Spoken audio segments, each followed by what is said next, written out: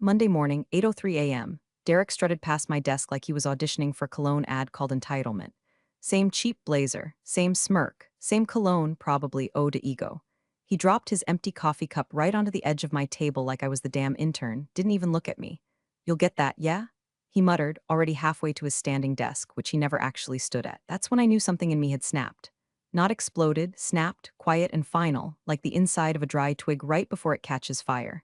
Now, to be clear, I built this department. 10 years of 5 a.m. start times, spreadsheets thicker than a congressional bill, vendor relationships so tight I could have negotiated world peace if someone slapped a barcode on it. Derek. He was the guy who took credit for my cost-cutting plan by rebranding it as Project Slimline and pitching it with a slide deck full of stock photos of gazelles. A literal gazelle leaping over a canyon. "Agility," he said, pointing like he just solved cold fusion. I stayed quiet like I always did, because the founders trusted me, because the systems ran smooth, because I didn't need a mug with my name on it, I had results. But even I couldn't ignore how Derek had started changing after his executive vision retreat in Scottsdale. Came back with a man bun and started calling meetings syncs. Replaced our monthly performance reviews with something called energy check-ins. Started dropping phrases like "let's get some fresh blood in here" with a wink that could rot drywall. One afternoon, he asked if I felt aligned with the momentum shift, and I swear to God I almost bit my tongue in half just to keep from laughing, or screaming, or both. By the way, if you're even half enjoying this chaos parade of corporate gaslighting and silent revenge, go ahead and tap that subscribe button and hit like. I don't ask for much, but every click tells the algorithm that stories like this are worth telling. And yeah, it keeps the team fed, emotionally, and with tacos. Anyway, back to my charming descent into career purgatory. The worst part wasn't Derek's cheap tactics, or the fact that he pitched my logistics framework at the investor summit without so much as a thank you. No, it was watching him do it badly. He didn't understand what I'd built. He just threw buzzwords at a room full of money and hoped they stuck. Somehow, they did. The founder, Mr. Lansing, had stepped away after a stroke last year, and the board, probably high on TED talks and oat milk lattes, let Derek start calling the shots. Operational shift, they called it, modernization. And somehow, that meant replacing me in meetings with a guy named Connor whose main contribution was asking if our B2B funnel had enough vibe. I stayed, because I still believed in the mission, because I cared about the people, because half the junior staff came to me when Derek's ideas broke something. But mostly, I stayed because I thought if I just worked harder, just one more quarter, one more clean audit, one more record-breaking ROI, they'd see me. Turns out I was invisible by design. 3 weeks before it all blew up, Derek made a comment in the elevator. We were alone. He didn't even look at me.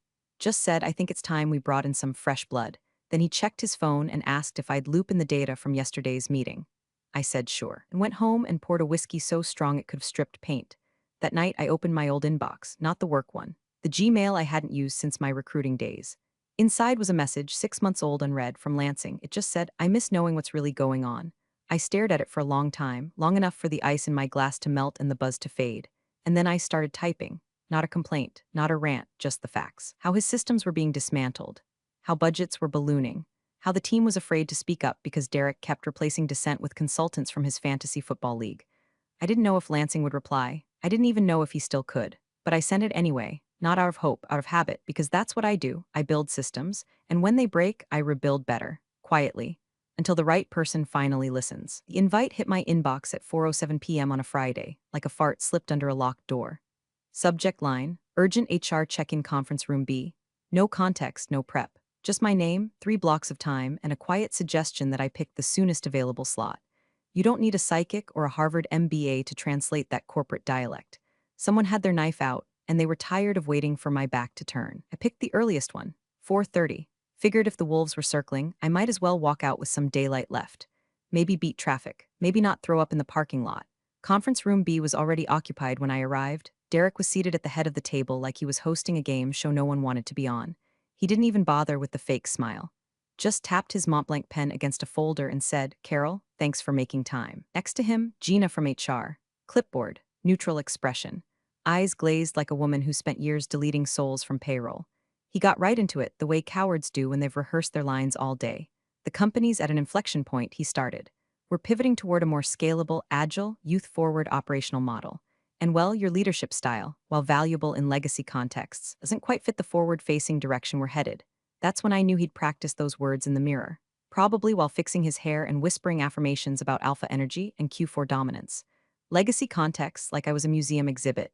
Not the reason this company didn't collapse under its own bloated startup nonsense 3 years ago. I didn't interrupt. I just watched his mouth move, cataloging every pathetic flourish. Every unfortunately, every not a reflection of your value, every this was not easy. Like hell it wasn't. He looked relieved, like someone just unzipped his guilt and let it fall to the floor. I glanced at Gina. She didn't blink, just slid a packet toward me. Severance details, legalese, NDA, the whole mortuary kit. Then Derek said it, the final insult. We'd appreciate it if you didn't return to your desk. It's already been informed. Someone will collect your personal items and deliver them to your home. Translation: we want you gone before your coworkers realize what just happened. Any questions? He asked, finally meeting my gaze for half a second before darting away like a rat who smelled bleach. I stood up slowly, not because I needed the drama, because my knees had gone numb. I looked at Derek, really looked at him. The freshly whitened teeth, the new Rolex probably leased, lines around his mouth deeper than they were last quarter, and I saw it. He wasn't confident, he was scared. He never expected I'd last as long as I did. Never expected I'd keep the wheels turning while he played visionary. And now, with me gone, he'd finally get to break the company in his own image, just like he broke everything else he touched. Thanks for the clarity, I said, voice flat as a dead battery. Then I looked at Gina and added, do I need an escort? Or are we pretending I'm still human for the next 2 minutes? She flinched, just a twitch, but I saw it. Then she stood in motion toward the door. I followed, leaving behind a decade of blood, grit, and grace packaged in one tidy manila envelope. No send-off, no handshake, not even a passive-aggressive cupcake in the break room. When we passed by the bullpen, a few heads popped up. No one said anything. No one needed to. I wasn't the first they'd done this to, but I was the last one who knew where all the wires were buried. Back at my desk, a security guy waited. Didn't say a word, just handed me a sealed cardboard box with my name sharpied across the top. Inside, my backup glasses, a half-dead peace lily, and a mug that read coffee, because murder is illegal. Fitting. On the way out, I passed the display wall, the one with all the department awards, quarterly shout-outs, press clippings. My name wasn't on a single one, but I'd written most of the metrics that earned them. Right before the elevator dinged, I looked back one last time. Derek was watching from the mezzanine, and he couldn't look me in the eye, not even from 40 feet away. The doors closed, and in that quiet metal box, I didn't cry. I didn't scream. I smiled, because if he thought that was the end of my story, he hadn't been paying attention. I gave myself one day to rage clean the house, alphabetize my spice rack like it was a military operation, drink too much Cabernet, and rewatch The Devil Wears Prada like it was a documentary on professional trauma. But when the sun rose the next morning and the caffeine hit bloodstream, I wasn't sad. I wasn't broken. I was calculating. The truth is, I'd been living with one foot out the door for months, maybe longer. My body was still showing up to meetings and fixing problems Derek created in his sleep, but my mind, it had already started mapping escape routes. The only thing I hadn't figured out yet was who still remembered why the company had worked in the first place. Who still gave a damn. The answer came to me somewhere between laundry and a revenge-fueled walk around the cul-de-sac. Lansing. Technically, Howard Lansing was still the founder. His name was on the charter, the culture deck, the first patent filing. But after his stroke last year, the board had politely ushered him out of day-to-day operations with phrases like time to focus on your health and transition to an advisory role. Last I heard, he'd retreated to his estate up north, somewhere with more trees than people. Nobody had seen him on a Zoom call since July. Derek called him the ghost in the cap table. But I remembered something Lansing once said to me during a launch crunch, back when the company still ran on sweat, duct tape, and blind optimism. He'd brought me a coffee at 2 a.m. and said, people don't build companies. Patterns do. People just carry them, so I figured I'd remind him of mine. I wrote a short email, nothing dramatic, no complaints, no score settling. Just a quiet thank you for the opportunity, for the challenge, for letting me help shape something real. I said I hoped he was doing well, that I missed the days when this place was about solving hard problems, not selling empty slogans. I didn't expect a reply, but less than 3 hours later I got one. Carol, I remember everything. Can you talk this afternoon? The call was voice only, no cameras. I could hear birds in the background and the clink of what I assumed was a glass of bourbon. His voice was slower than I remembered. Age and illness will do that, but still sharp, still deliberate. He did the pleasantries. He asked about my family, my plans. I gave him the sanitized version. Then came the question, what do you think is happening to my company? I didn't sugarcoat it. I told him about the bloat, the vanity hires, the endless rebranding and vision decks that said nothing but cost everything. I told him about Derek gutting my supply chain system to replace it with a third-party solution that had already failed twice in beta. I told him how the board had stopped listening to data and started chasing LinkedIn virality. I told him the fire was already burning, it just hadn't reached the boardroom curtains yet. He didn't interrupt, just breathed through it.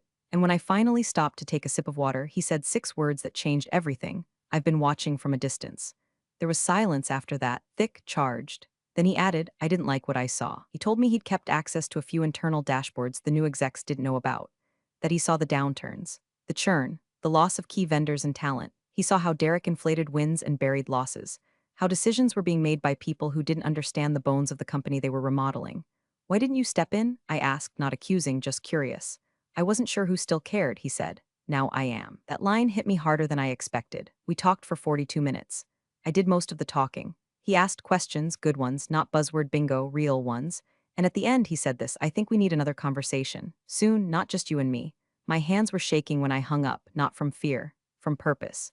Because for the first time since I was escorted out of conference room B, I didn't feel like a casualty. I felt like a chess piece being moved back onto the board. Quietly, strategically, and this time, I wasn't playing defense. I didn't call it a meeting, not officially. Just a coffee catch-up here, a calendar-free Zoom there. People like us, we knew how to move without drawing heat. We were the ones who fixed what broke, patched what cracked, and stayed too long in places that only noticed us when we vanished. And now I was reaching out to them, one by one, like a quiet signal pulsing through the company's old veins. It's time. First was Raj from procurement. He used to call my logistics model beautifully boring, which was the highest compliment in his vocabulary. We met in the back booth of a Thai place across from the old satellite office, the one we used to call the hotbox because the /C hadn't worked since 2017. He slid into the booth and skipped the pleasantries. I heard what happened, he said, pushing a spring roll across the table like it was a peace offering. You good? I'm not dead, I said, just off the payroll for now. He cracked a smile, but his eyes stayed cautious. I leaned in. I need to know what's really happening. No filters, no decks, just the truth. Raj exhaled hard. Then you better talk to Jenna in ops and Marcus in finance. And for the love of God, someone needs to check what Derek's doing to the Arcady project. My stomach dropped. Arcady was the thing. The project I'd nurtured like a weird little bonsai tree for 2 years, unsexy, unflashy, but essential. A proprietary logistics optimization tool that had quietly shaved millions off our burn rate. It was supposed to be rolled out company-wide this quarter. Last I heard, I said slowly, it was on track. Not anymore, Raj muttered. He's blaming it for shipping delays. Says the legacy stack can't scale. But Carol, it's not Arcady that's broken. It's the patchwork his frat bro consultants glued onto it. I felt something hot coil in my ribs. Blaming legacy systems, the oldest corporate scam in the book. Especially when those legacy systems were the only thing standing between order and chaos. Next was Jenna, director of ops, whose official bio was 2 lines long but who'd been the beating heart of 3 reorgs and 4 product launches. We met in her garage after dark, lights off, cell phones in a Faraday pouch. She wasn't paranoid, she was prepared. I've been documenting everything, she said, sliding a flash drive across her old workbench. Timelines, resource bleed, contractor invoices. You won't believe what they're billing under strategic alignment workshops. I plugged the drive into my laptop as soon as I got home. Her data was surgical, time-stamped Slack threads, before and after budget forecasts, onboarding logs for consultants who spent more time posting LinkedIn selfies than writing code. And right there in black and white, Arcady's throughput had dropped 38% in 6 weeks, not because of infrastructure failure, because Derek's people rewrote the core workflow logic without understanding it. Then came Marcus, finance analyst, quiet guy, liked black coffee and terrible fantasy novels. He agreed to a walk-in talk around the reservoir trail. Halfway through, he handed me a folded piece of paper. One number on it, 4.3 M. 4.3 million what? I asked. In projected revenue erosion, he said, deadpan, this quarter. Thanks to the changes in logistics and fulfillment. My jaw tightened. Is the board seeing that? He shook his head. Derek's team bundled it under expansion transition volatility. Buried it deep, but I flagged it in the raw data. I stopped walking, looked out over the water. Something in me clicked, mechanical, precise. That old feeling, when the fog lifts and you see the gears underneath the chaos. They're gonna burn the whole place down, I whispered. Unless someone steps in, Marcus replied. Someone who still knows how the system works. By the end of the week, I had a dossier, not a pitch, not a proposal, a case. Built from raw metrics, backdoor dashboards, operational models, and old emails that painted a crystal-clear picture. Derek's vision was a bonfire, and the board was handing him matches. But more than that, I had allies. Not loud ones, not flashy, but the kind that matter when everything starts to fall apart. The ones who don't want credit, just stability, sanity, a place that works. We didn't talk about revenge. We talked about rescue, because sometimes, the only way to save something is to let the people who were ignored lead it back. And somewhere in all that quiet planning, the fire in my chest didn't feel like grief anymore. It felt like fuel. I wrote the strategy doc in the same kitchen where I'd once cried over the company's first product launch, the one where we missed the deadline by 3 days and still somehow delivered the most stable build in the sector. That was back when the company still meant something, back when long nights felt like investment, not exploitation.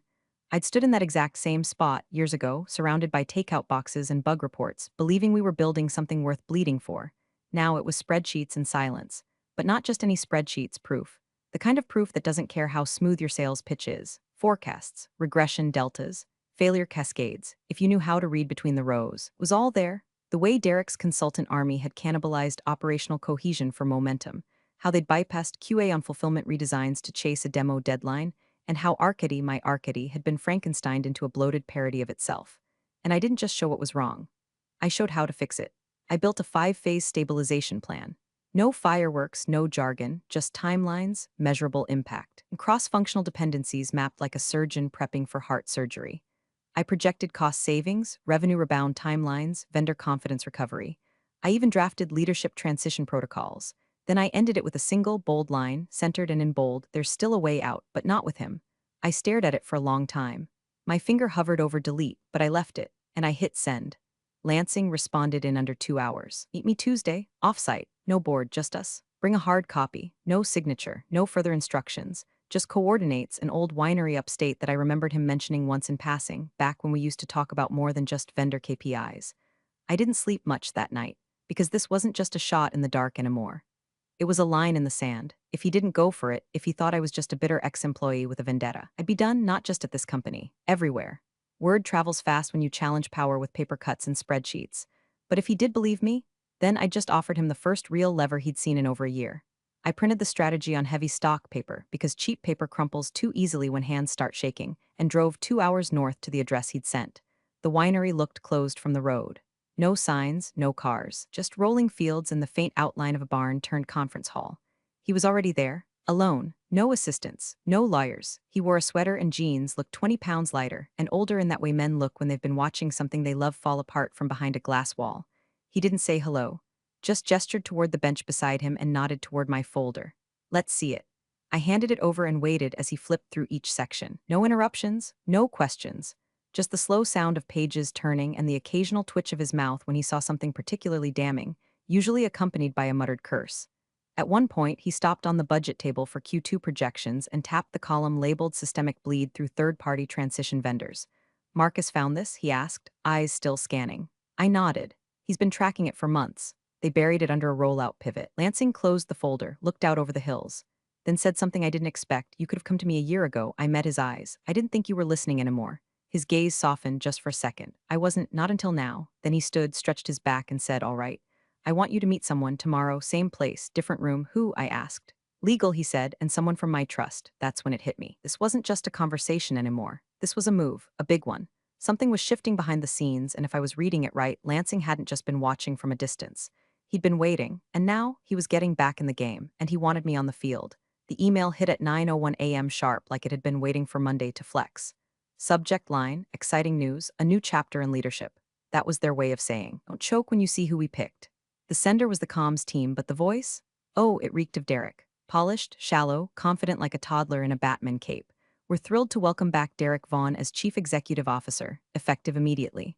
Derek's dynamic leadership and strategic vision have been instrumental to our growth in the past, and we look forward to this exciting new chapter under his guidance." No mention of the failed product rollout last quarter. Mention of the mass contractor resignations. No mention of Arcady bleeding out on the floor. Just strategic vision and dynamic leadership vomited in 16-point calibri. I stared at it on my phone from the window seat of a quiet train car, heading back from my second meeting with Lansing. The trees blurred past like applause I hadn't earned yet. I didn't feel surprised. I didn't even feel angry, not really. What I felt was older than rage, more surgical, like someone had taken the last year of my life, distilled it into a bitter shot, and slid it across the bar with a smirk. Then came the second email, not from comms, from Derek himself. Subject line, touch base Monday. Just 3 lines, "Carol, let's reconnect. Be in my office Monday 10 a.m. Big things ahead." No apology, no explanation, not even a hint of awareness about the hell he'd put me through. Just an assumption you'll come crawling back. Because that's what people like Derek believe, that power is permanent. That loyalty can be faked. That silence equals surrender. I didn't reply. I didn't even open it a second time. Because while Derek was polishing his throne, I'd been meeting with lawyers who understood exactly how much power Lansing still held through his trust, and how the shares he'd quietly repurchased, bit by bit, year by year, gave him leverage the board didn't even realize they'd sold. I'd seen the paperwork, the kind that doesn't make it into Slack threads, voting clauses, Emergency override conditions buried in a rider from 2015.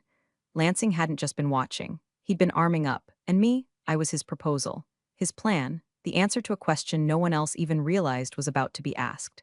But Derek, he still thought I was a mid-level casualty. Good soldier who'd gotten realigned and needed a pat on the head to come back into the fold. He thought I'd sit in that office, listen to his pitch, and thank him for the opportunity. Maybe even cry a little. And honestly, a small part of me wanted to show up. Just to see his face when he realized I wasn't the one who needed the meeting. But I didn't, because I had better things to do. Like reviewing the draft transition plan Lansing's legal team had prepared. Like quietly syncing with the two board members who hadn't voted for Derek's return and were now experiencing a sudden outbreak of buyer's remorse.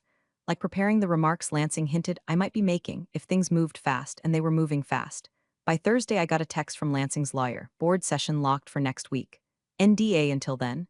Carol, be ready. That was it. No flowery speeches. No we're so grateful nonsense. Just be ready. So when Monday rolled around and 10 a.m. hit, Derek was sitting in his office alone. Probably with that smug half-smile, adjusting his tie, waiting for a knock that never came. And somewhere the thought must have crept in, quiet and cold as a drip in a basement sink. What if she knows something I don't? Because I did. And soon, everyone would.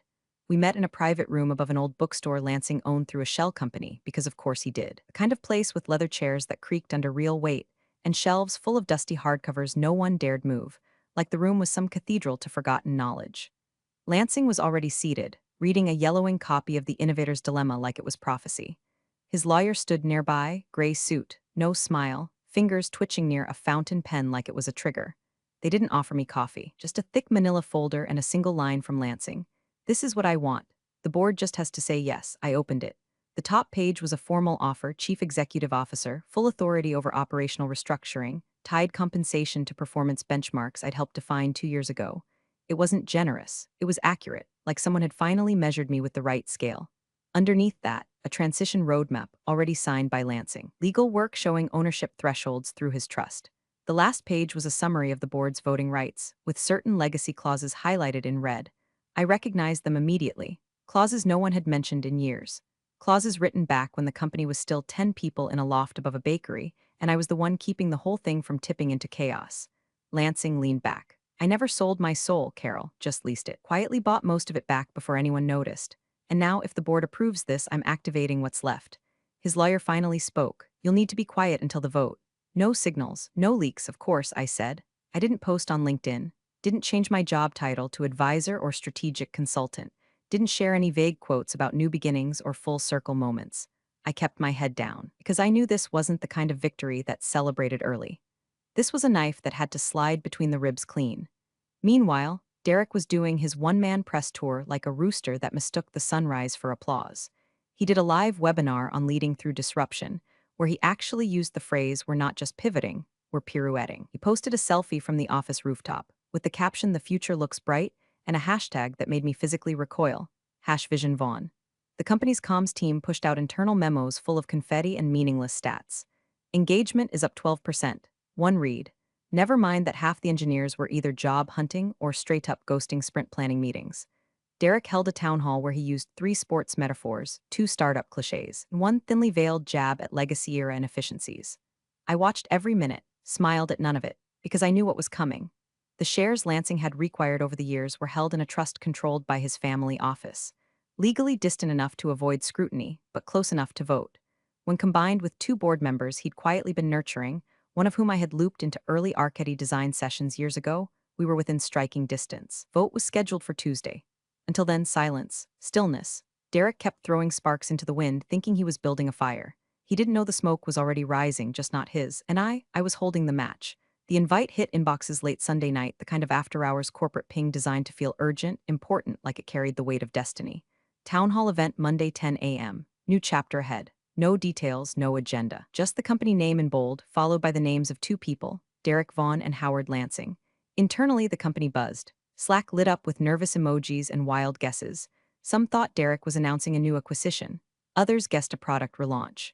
A few whispered IPO prep, which was laughable considering the platform was still coughing up user reports with corrupted timestamps.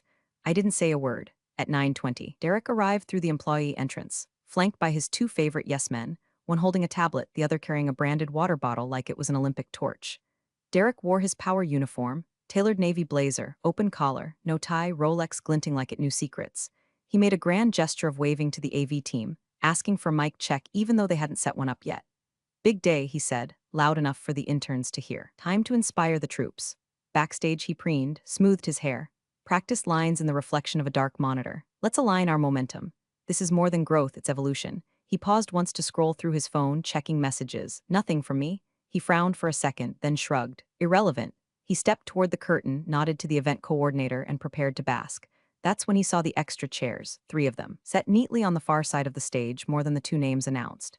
He leaned toward the AV tech and asked, "Who else is presenting?" The kid looked up.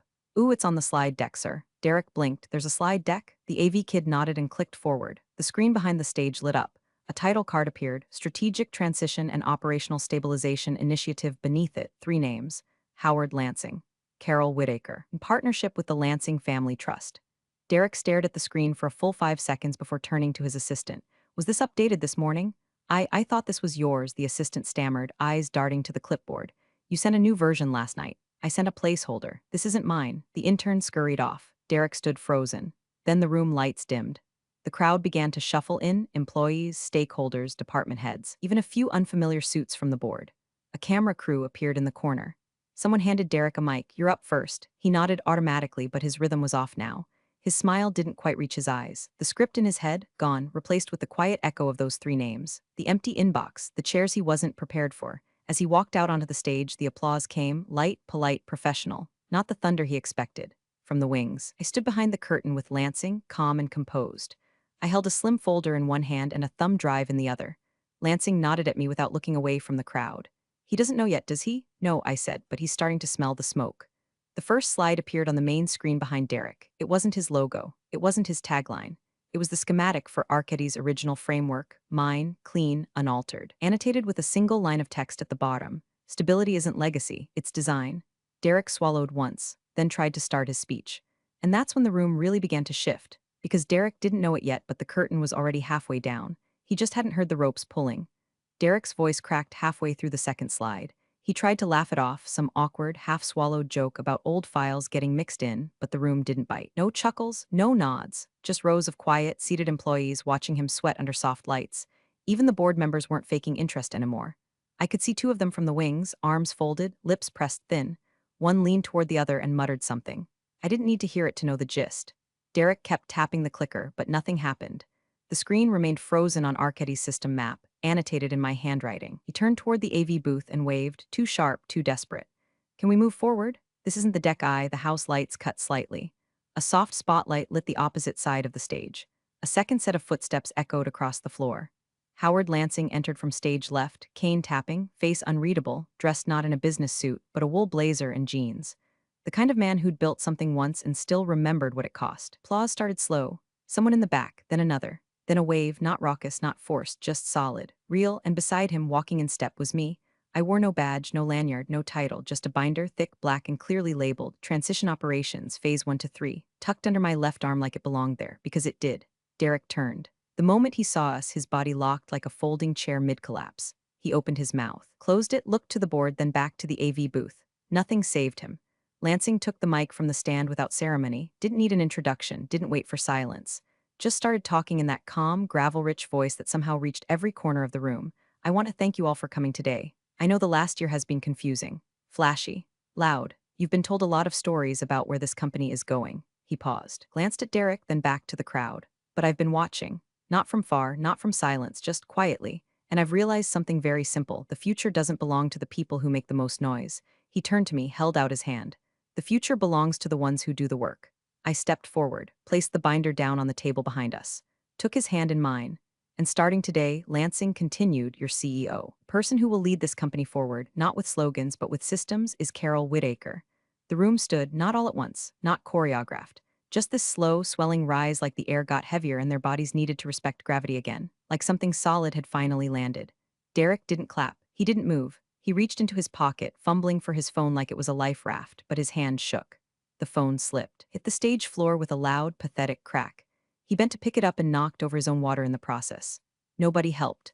Lansing stepped back, letting the moment breathe. I didn't smile, I didn't cry. I didn't wave like a politician or perform like a startup unicorn, I just nodded once, because this wasn't a victory parade, it was a transfer. Power, real power, doesn't scream. It walks on stage, holds out a hand, and rewrites the ending. Big thanks for watching, you sneaky seniors. Subscribe to keep the coffee pot brewing revenge, your ex-colleagues won't know what hit 'em.